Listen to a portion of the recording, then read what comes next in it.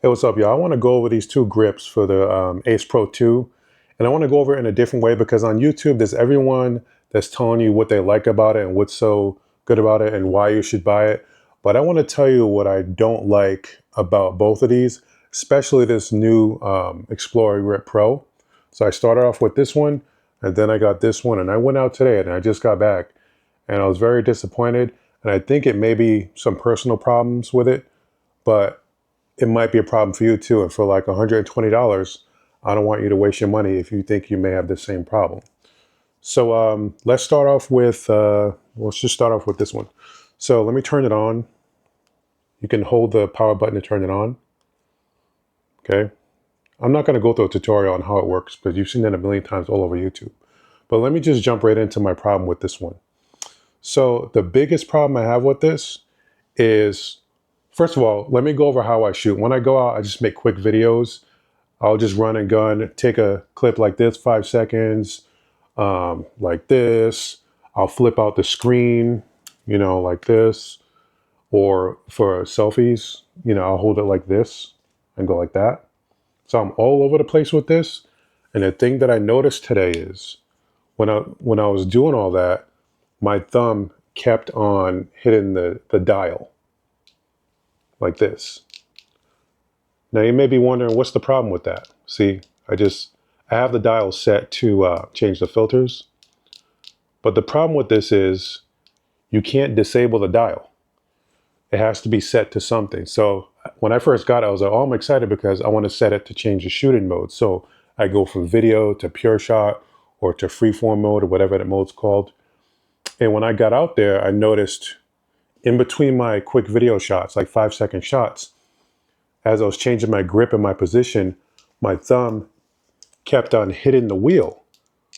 So it would change the shooting mode. So at one time, I was in pure video because it was kind of dark. It changed it to the regular shooting mode, and the quality was bad. The quality was bad because, it was low light and it needed a pure video. So I was like, that may be a deal breaker. So I kept going. And the more I kept doing what I normally do, it kept slowing me down because no matter how I held this thing, my thumb kept on hitting that dial. And I have big hands, but I just figured out there's like no way around that part. It's just like, no matter how I'm holding it, it's gonna hit it. So, and it's pretty sensitive too. Like one click and it'll activate switching the mode is set to. So, man, that was a deal breaker. So that was my major flaw on that one, about this grip. One other thing I didn't like about this grip versus the first grip, Xplorer grip, is, and this, I think this might be another personal preference thing. The grip itself doesn't have, like, it doesn't overhang, like, I don't know what to call it. It doesn't like grip on your finger as much. Let me show you the other Pro grip. See how this part hangs out more? I'll show you why it matters to me. Right there versus this one.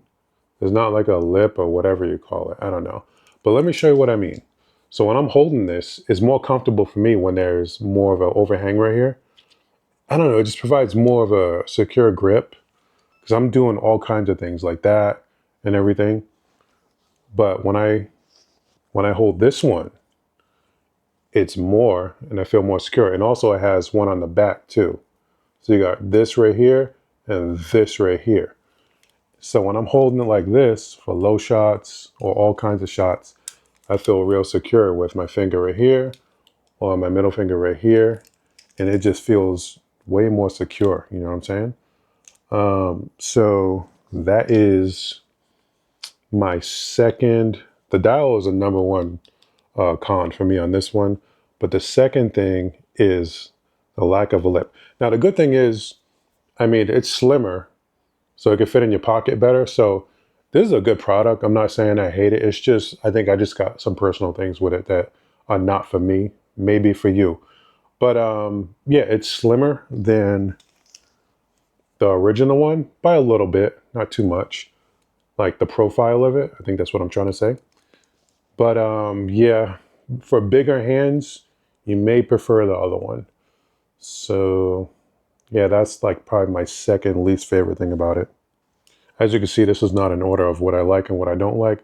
But one thing that is good versus this new one versus the old one is when you flip up the screen, it doesn't really block the screen as much as this one. I'm going to show you. I'm going to throw the camera in the other one in a second. See, it's like that.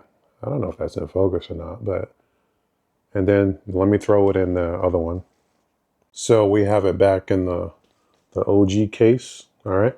So let me show you what it looks like with the screen up and how it blocks a little bit.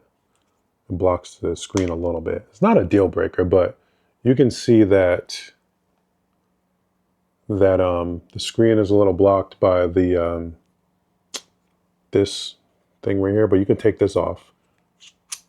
And you got a little more clearance on it, but still, what I'm talking about is this shutter, long shutter button. It blocks more than, let me get it. Oh, sorry guys. You can see that, I don't know if I'm really illustrating what I'm trying to illustrate here, but anyway, you can see that, you can tell the difference when you use the two, that this one does not block the screen as much as this one. Wasn't a deal breaker for me. So that's one plus for the Pro grip versus the OG grip. Now, another thing that I was really looking forward to with this one was, and you'll probably like this, you know, you can stop and start, you can turn on the camera with the power button, like I said before. You can zoom in with one click with this zoom rocker right here. You know, I was excited about that too. But when I used it, I mean, it wasn't much of a big deal. And I was thinking, before I was like on the older grip, I was like, I didn't really like touching the screen to tap to zoom in, which is still not a big deal. I guess we're all getting lazy on doing simple things, or maybe it's just me. I don't know. But I thought it'd be pretty exciting to just click that and zoom in. So, and as you know, I think you heard from other YouTubers that this, when you use this case, it's not waterproof anymore because of the USB-C door. And oh, another drawback is that when you use this one, you only have the bottom to put your selfie stick on or any type of mount. With the original one, you can take off the grip and you can shoot vertical. I'll show you in a second. All right, so on the old grip, you know, it also functions as a cage. If you take off the shutter button and the handle, you see it's just a square cage. It's like a utility cage. The only problem is with this, it's not even a problem, but like, you know, the power button is really hard to press. Actually, it's not hard. Yeah, let me take that back. It's not that hard. Let me stop being a wuss about that. But here's the thing versus the Pro grip is that when you have this by itself like a cage, the benefit you have is if you have the selfie stick, this is the Insta360 selfie stick. See?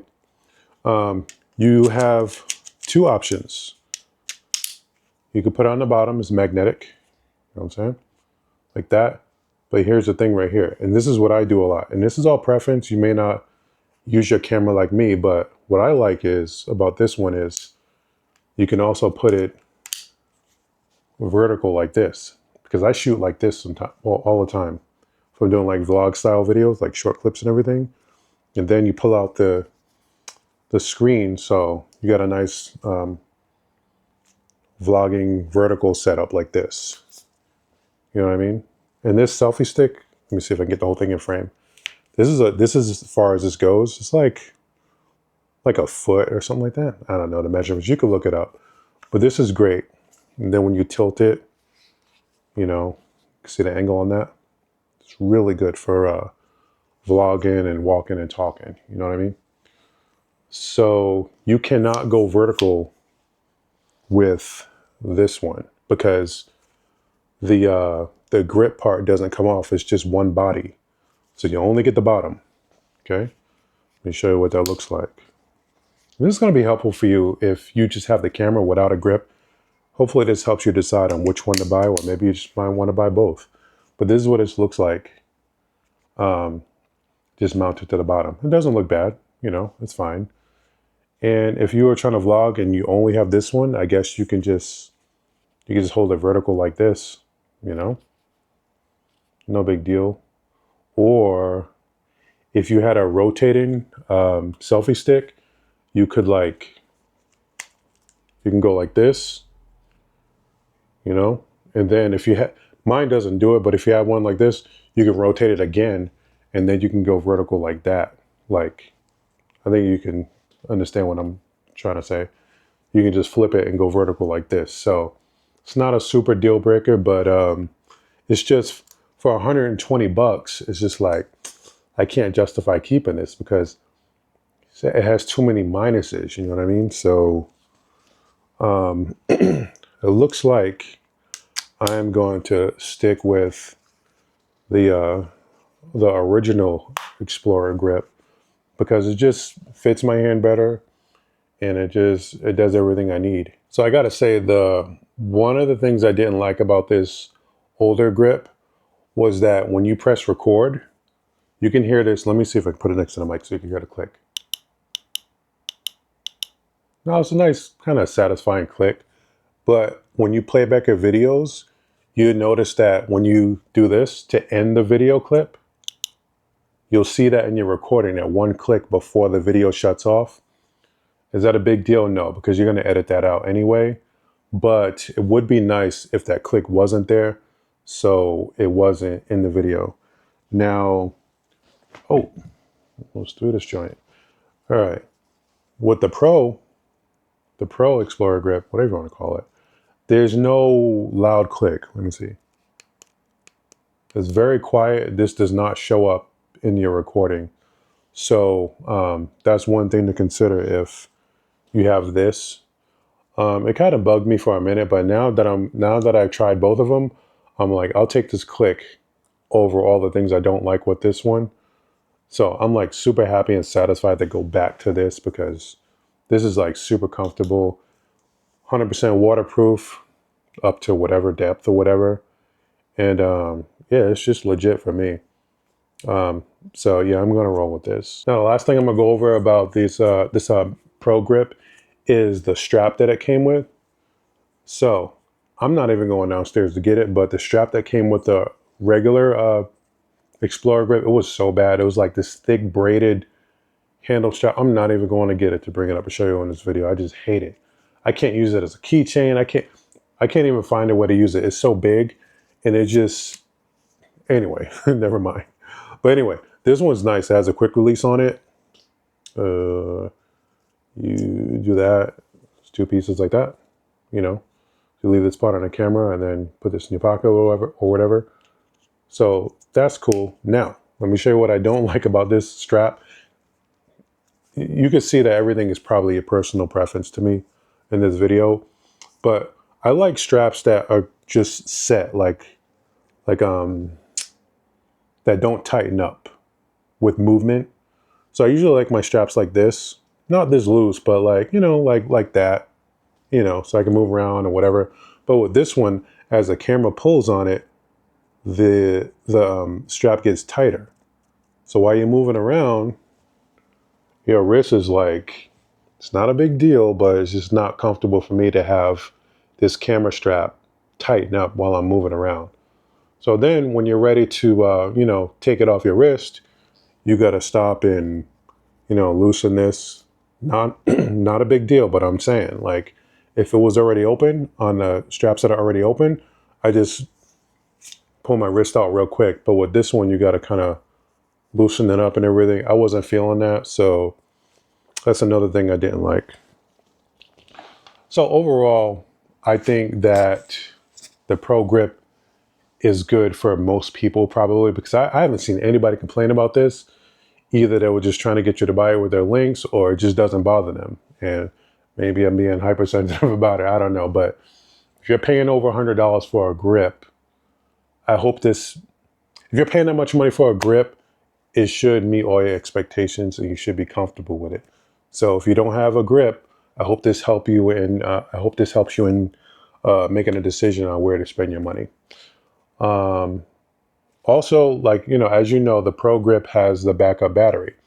I didn't care for that part either because when I brought the combo with the camera and the grip, it also came with 2 batteries. So I'm not tripping on the extra battery handle. That doesn't matter to me.